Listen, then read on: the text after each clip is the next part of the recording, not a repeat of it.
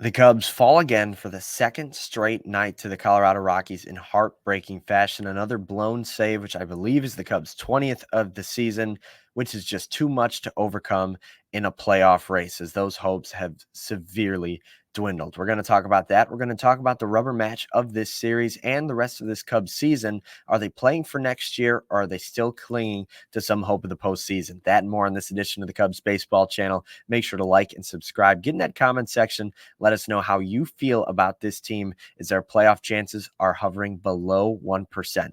But for now, here's your invitation to our show.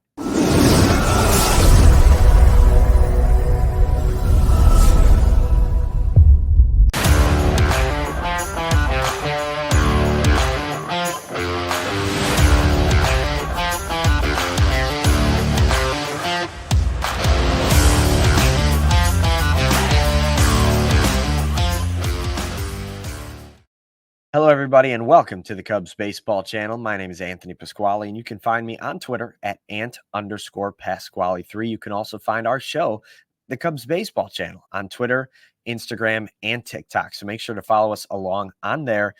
Check us out, different posts and polls, tweets, Instagram posts, all the different things that we do on those other channels to bring you some Cubs baseball talk on those different platforms. So make sure to follow along. But the Cubs lose once again 6-5 to the Colorado Rockies in 10 innings. That's the third straight loss for the Chicago Cubs. Remember, they lost 10-8 to finish up the series against the Dodgers, then 9-5 2 nights ago against the Rockies. They gave up 4 runs in the bottom of the 8th inning when they were tied 5-5.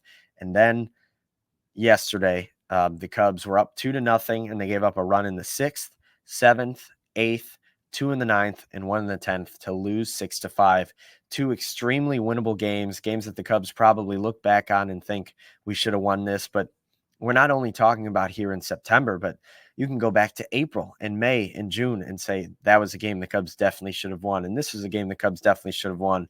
And as they stand 6 games out of the wild card with like 12 games left to play, it could have been a lot different if the Cubs could finish and hang on to some leads and not blow saves. But as it stands, yesterday, Jameson Taillon had a quality start. He's had a really strong season, aside from a few blips right after the trade deadline. He pitched 6 strong innings, struck out 6, allowed 2 earned runs, only had 1 walk, and allowed 5 hits. A really strong outing from him. Tyson Miller came in and got a hold, so the Cubs were through 7 innings, only allowing 2 runs. And then the 8th saw Nate Pearson give up a run. Porter Hodge gave up 2 in the 9th, and Drew Smyly gave up the game winner in the 10th after the Cubs failed to score, starting the inning with a runner on second base and no outs. But as frustrating as it is to watch a team blow so many winnable games and fall out of a playoff race that this team definitely should have been in. Like, I don't think you can look at the way this team has played over the last month and not think that they're a top 6 team in the National League.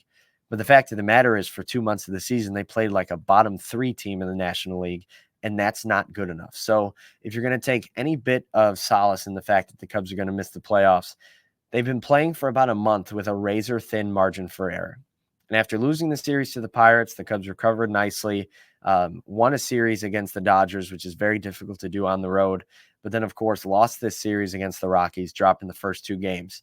But I think that this razor-thin margin for error might be for the best, because if this team went on a hot streak and got into the playoffs as the last seed with 86 or 87 wins, it lets Jed Hoyer off the hook.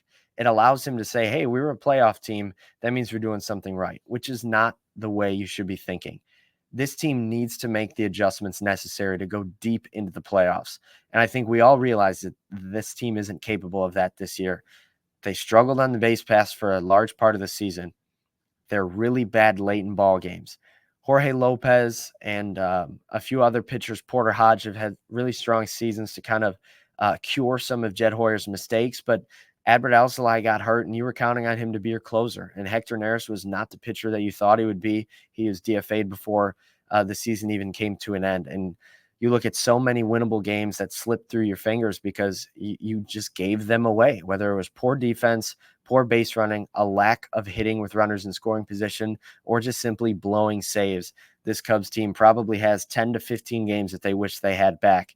And if they had won those or half of them, you're looking at a team that's in the playoff race, probably going to be a playoff team, but they're not.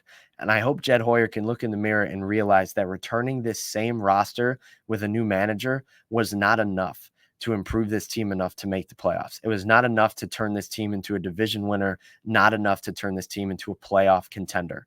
Now, I do think that Craig Counsell is a good manager, fine manager for the job, but you have to do more to supplement the roster. And I hope that missing the playoffs here in 2024, Jed Hoyer sees that, recognizes that, and adjusts to that.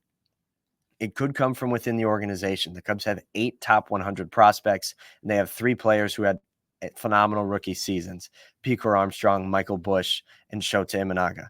They also have a guy in Cody Bellinger who could opt in or opt out, which complicates the roster for the future. But with guys like Swanson and Horner and Happ and Suzuki and Paredes, as well as Michael Busch under control for the next few years, if the Cubs really want to make an addition to the lineup, they might have to move some pieces around. Now it could be Matt Shaw from the minors, or it could be Owen Casey or James Triantos or one of those names. But it also could be Juan Soto or Pete Alonso or somebody from outside the organization, maybe Vladimir Guerrero Jr. via trade. And if that's the case, you might have to move on from a Nico Horner or slide Michael Busch back to second base despite all of the good defense you've seen from him at first, or maybe try to trade, say, a Suzuki because you'd like that flexibility at DH. Whatever the case might be, this team currently constructed is not good enough. I think they've showed you over the course of 150-something games now that they have flashes and they could be a very good team, but they're missing a few pieces to put them over the top. The Brewers should never win this division when you're the Chicago Cubs. And when you have this money and these resources and this manager, that should be the team that wins the division. And the Cubs fell short this year. There's no other way to put it. What is Jed Hoyer going to do to make sure that they don't fall short in 2025? That's the question that I'm looking for an answer. In other news, the Cubs season ticket prices are up, which is also a little befuddling. You're looking at a team that has missed the playoffs for the last 3 or 4 straight seasons, and has kind of cried poor a lot of times in terms of not spending in the deep end of free agency because, they can't afford it. But you go to the game and you're paying the most ticket price plus beer, hot dog in all of baseball. I think there was a metric that came out that said if you're taking a family of 4 to a ball game, the Cubs have the most expensive fan experience in baseball, which is one thing if you're paying $700 million to Shohei Ohtani and $500 million to Aaron Judge, but you're not. You're paying $23 million a year or 27 or whatever it is for Dansby Swanson. And no knock on Swanson, but we shouldn't be paying this price and having this product out on the field. So it has to be better. In injury news, Justin Steele threw a bullpen yesterday. If all goes well with that, and as he recovers with his soreness today, if everything's all good, he should be pitching during this Cubs next homestand. And Jorge Lopez is also on a rehab assignment with AAA Iowa. The Cubs currently are in second place in the NL Central, 6 games back of the NL wildcard, as the Mets lost yesterday, but the Braves won, and the Cubs obviously lost as well, 3 games in a row now, which puts them 6 back of the wild card. The Cubs are just 2 games over 500 now, with just a 0.2% chance to make the playoffs, by far the lowest percent chance that we've seen all season long. Cubs take on the Rockies again today to try to squander the series and at least get one win out there at Coors Field. And hopefully it's not one that ends in a blown loss for the Cubs. Kyle Hendricks on the mound for Chicago, 3-11 on the season with a 6.51 ERA against the veteran Cal Quantrill, who's 8-9 with a 4.63 ERA. A guy that the Cubs have faced quite a bit over the last couple of seasons. Nico Horner's had some good numbers against him. Cody Bellinger as well. Mike Tauchman is 1 for 3 against him also. So we'll keep an eye on that game. Hopefully the Cubs can get some early offense and put it out of reach where the bullpen doesn't even have a chance to blow it. But that's where we stand right now. Unfortunately, as sad as it is, and you guys know the optimist that I am, doesn't look good for this Cubs team to make the playoffs. But the glass half full is that maybe that's a good thing. If they made the playoffs, maybe Jed Hoyer clings to it too much, uses it as a crutch, and doesn't do enough to improve this team for 2025. Missing the playoffs should be a slap in the face to everybody in the organization. This team needs to be playing baseball in October, and hopefully a year from now, we're getting ready to play some playoff baseball. Guys, thank you so much for joining us here for the Cubs Baseball Channel. Always appreciate talking some Cubs with you.